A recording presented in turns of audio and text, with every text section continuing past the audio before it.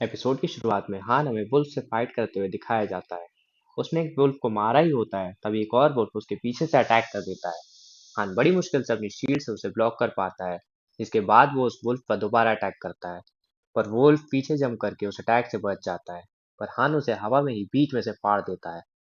काफी सारे वुल्फ्स को मारने के बाद हान जेना से बाकी के गॉब्लिन्स के बारे में पूछने के लिए उसकी तरफ देखता है, जहाँ उसे दिखता है कि सारे गॉब्लिन्स पहले ही मारे जा चुके हैं।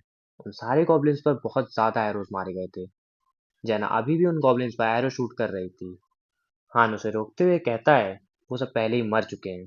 जेना काफी ज्यादा डरी हुई होती है, पर वो मान जाती है और एरो शूट करना बंद कर देती है। और इसी के साथ सेकंड फ्लोर कंप्लीट हो जाता है और वो सभी लोग वापस आ जाते हैं। तभी सिस्टम की तरफ से नोटिफिकेशन आती है कि अब थर्ड फ्लोर स्टार्ट किया जाता है। जेना हान से पूछती है कि ये सब आखिर हो क्या रहा है। हान बोलता है जैसे हम सेकंड फ्लोर टेलीपोर्ट किए गए थे, वैसे ही अब थर्ड फ्लोर पे टेलीपोर्ट होने वाले हैं। हान ऊपर से तो शांत होता है, पर मन ही मन सोच रहा होता है चाहे जो भी सिचुएशन हो, हम मास्टर के ऑर्डर्स को नकार नहीं सकते। पर इस सिचुएशन में जहाँ ऐसे बेकार कंपेनियंस हैं और सभी लोग थके हुए हैं, अब क्या होने वाला है? क्या हमें थर्ड फ्लोर ऐसी ही हालत में कंप्लीट करना होगा? तभी सिस्टम की तरफ से नोटिफिकेशन आती है कि मास्टर ने गेम लॉग आउट कर दिया है। हान चैन की सांस लेता है। तभी आइजल स्ट्रेचिंग करते हुए कहती है, आज के काम ने तो मुझे बहुत ही ज्यादा थका दिया है। जिस पर हान उसे मन ही मन गालियां दे रहा होता है कि सारा काम तो हमने किया, ये कैसे थक गई। हान सोचता है इसका मतलब एक दिन में मैक्सिमम एक ही फ्लोर कंप्लीट किया जा सकता है, और अगर यहाँ टाइम अर्थ से 3 गुना तेजी से चलता है, तो मतलब अगली बार मास्टर 3 दिन बाद लॉग इन करेंगे। इस सब के बाद हान अपनी शील्ड और स्वॉर्ड स्टोरेज में रखने जाता है, जहाँ वो अपनी स्टेटस विंडो को देखकर सोच रहा होता है, भले ही मेरी इंटेलिजेंस 1 पॉइंट से घट गई हो, पर मेरी स्ट्रेंथ 2 पॉइंट से बढ़ गई है और मेरी लेवल बढ़ने की स्पीड भी बढ़ी है, जिसका मतलब मेरी फिजिकल फिटनेस में इम्प्रूवमेंट आया है। यहाँ हान ये सब सोच रहा होता है और बाकी के नए लोग जेना से सवाल कर रहे होते हैं, हमें यहाँ पर फाइट क्यों करनी पड़ेगी, ये जगह और ये मॉन्स्टर्स क्या हैं, वगैरह वगैरह। हान जेना की मदद तो नहीं करने चाहता, पर उसके मन में आता है एक स्टार कॉमनर्स होते हैं जिन्होंने अपनी जिंदगी में कभी भी जंग नहीं लड़ी। हाई रैंकिंग हीरोज जैसे शेई समन करने के बाद फाइट करने में बिल्कुल नहीं हिचकिचाते, वहीं एक स्टार हीरोज हमेशा पैनिक में चले जाते हैं। तो क्या इसका मतलब 3 स्टार हीरोज को पता होता है कि वो लोग समन किए जाने वाले हैं, और ये भी कि उन्हें समन करने का रीजन क्या है? हो ना हो, शेई कुछ तो जानती थी। यहाँ जेना हान से शिकायत कर रही होती है, क्या तुम लोगों को समझा नहीं सकते थे?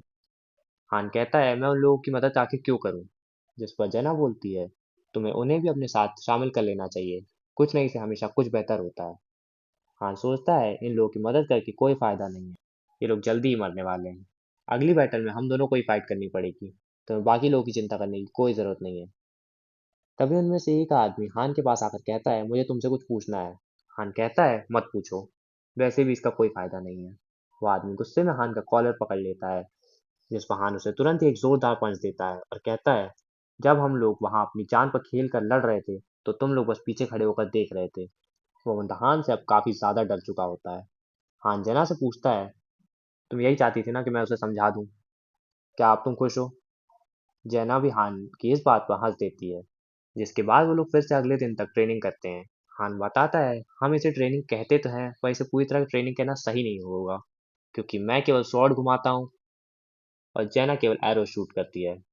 इसके बाद भी हान की स्वॉर्ड और शील्ड स्किल्स दोनों ही लेवल 2 पर अपग्रेड हो जाते हैं। बाकी के 3 लोग ट्रेनिंग हॉल नहीं आते और किसी एग्जिट को ढूंढने के लिए निकल जाते हैं, पर ऑफ कोर्स उन्हें कोई एग्जिट नहीं मिलता। हान और जेना अभी भी ट्रेनिंग कर रहे होते हैं, जहाँ जेना हान पर लगातार एरो शूट कर रही होती है और हान उन सबको डिफेंड कर रहा होता है। तभी एक एरो हान के पैर में आकर लगता है। जेना पूछती है क्या तुम ठीक हो? हान कहता है चिंता मत करो, हम लोग यहाँ नॉर्मल वर्ल्ड में नहीं हैं। और इतना कहते हुए ही हान की इंजरी तुरंत ही हील हो जाती है। साथ ही साथ हान को पेन टॉलरेंस की स्किल मिलती है, जिसके कारण वो और ज्यादा दर्द सहने के लायक हो जाता है।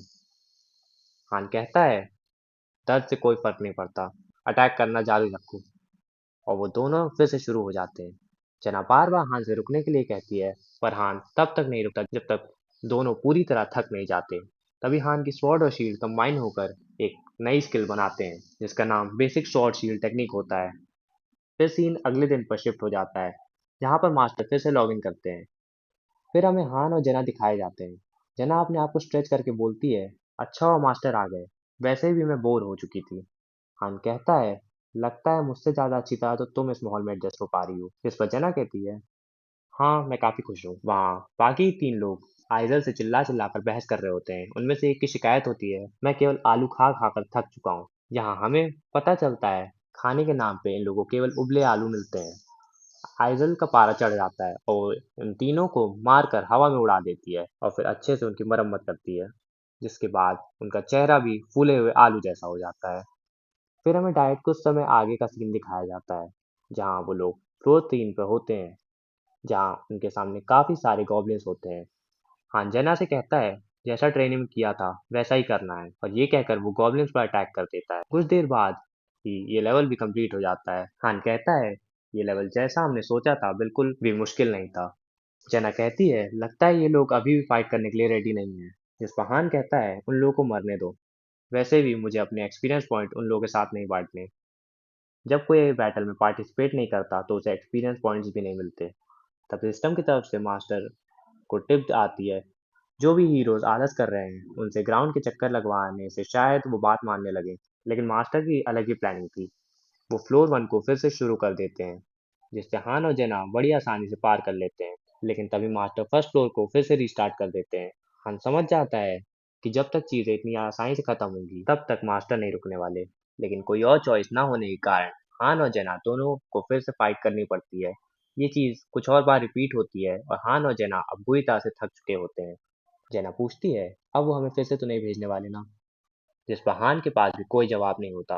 लेकिन किस्मत से मास्टर इस बार फ्लो रिस्टार्ट नहीं करते और वो लोग लॉबी में वापस आ जाते हैं। अब तो जेना को भी गुस्सा आने लगता है। जेना बोलती है, हमें कब तक उन कमीनों को बचाना होगा? जिस पर हान कहता है, चिंता मत करो, आज लास्ट दिन था। जेना पूछती है, लास्ट दिन से तुम्हारा क्या मतलब था? हान बोलता है, मास्टर के पास ऐसे कीड़ों के ऊपर टाइम वेस्ट करने का समय नहीं है। तभी सिस्टम की तरफ से नोटिफिकेशन आती है, सिंथेसिस स्टार्ट हो चुका है। वो तीनों लोग कंफ्यूज होते हैं। तभी हान सोचता है, कुछ लोगों को पता नहीं होता कि उनके पास कब तक सुधरने का मौका है। और यहीं पर यह एपिसोड खत्म हो जाता है। एपिसोड अच्छा लगा हो तो वीडियो को लाइक करना, चैनल को सब्सक्राइब करना, और आपके क्या रिव्यूज रहे इस एपिसोड को लेकर हमें कमेंट में जरूर बताना। Thanks for watching.